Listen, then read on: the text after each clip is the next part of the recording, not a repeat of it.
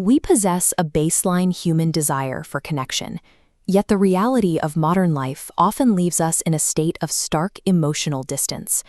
The current landscape is dominated by a persistent gender war, fueled by viral podcast debates, reality television spectacles, and social media algorithms that thrive on outrage. This divide is reinforced by a toxic vocabulary. We often dismiss complex relational pain by using labels like dusty, hoe, baby mama, or baby daddy to judge and blame individuals. When we treat these conflicts as casual dating problems or personal moral failures, we ignore their actual roots, ensuring the cycle continues without resolution. To analyze the origins of this crisis, Reverend Dr. Philippe S. H. Schock Matthews applies a specific lens: Africana phenomenology, the study of how history and systems shape the lived experience of African-descended people. Reverend Dr. Matthews posits that the intense relational conflict between Black men and Black women is a deliberate, historically engineered construct. His framework is anchored in a single foundational observation: nothing is wrong with Black people. Something happened to Black people. This forces us to look past a partner's behavior in the present moment, to investigate the unhealed history they are forced to carry. In this study of trauma, the primary diagnostic tool is simple. If it is hysterical, it is historical. When a reaction feels disproportionate to the moment, it is often a response to an older wound. This photograph illustrates the first layer of the trinity of Black trauma: historical injury. Slavery functioned as a weapon to dismantle family cohesion, using separation as a tool of social control. The architects of that system knew that fracturing the family would fracture the people. This portrait captures the historical dignity of a family unit under constant, legalized siege. For centuries, the system targeted Black men by denying them the ability to protect or provide, while subjecting Black women to forced bodily vulnerability and mandated self-sufficiency. These brutal conditions demanded survival adaptations. Emotional shutdown and hyper-independence became necessary shields against a world where loving someone openly meant risking their loss by nightfall.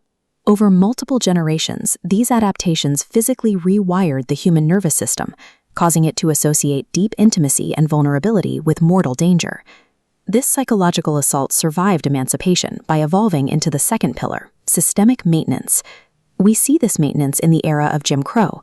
Laws did not just segregate spaces, they enforced a psychological programming of degradation and division from childhood. In public spaces, the constant disruption of safety and the denial of agency reinforced a state of enforced helplessness. This was a daily, systemic reminder that personal protection was prohibited. Today, this maintenance continues through digital platforms.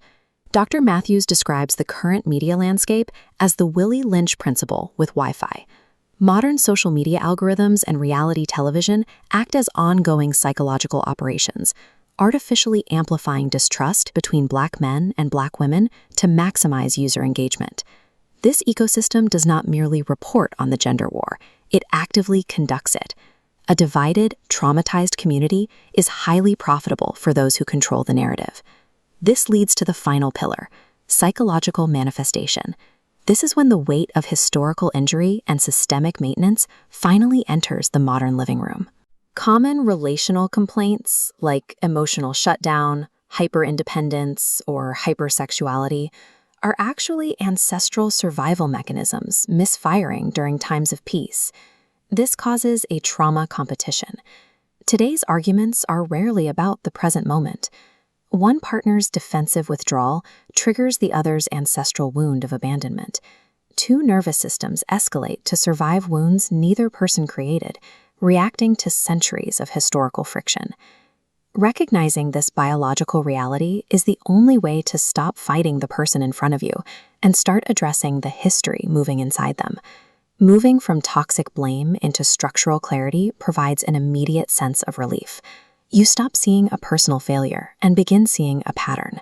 Standard Western individual therapy is often insufficient for this task.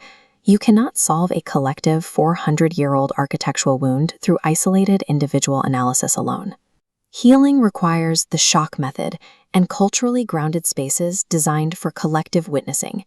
We need frameworks built specifically for the Africana experience. You cannot heal what you refuse to name correctly. Gaining the language to identify the exact historical injury is the first step toward breaking a generational cycle. The ultimate goal is a state of emotionally mature, conscious partnership, where nervous systems are finally allowed to rest in total safety. This is revolutionary praxis. Choosing to heal together is a direct strike against the historical architecture of divide and conquer. Black love remains besieged by history, but what was once engineered can be systematically deconstructed through conscious action. To access the full framework, download the complete Divide and Conquer webinar replay and the accompanying bonus study package today. Healing the intimate bond between Black men and Black women is the foundational step in the wider work of liberating the entire community.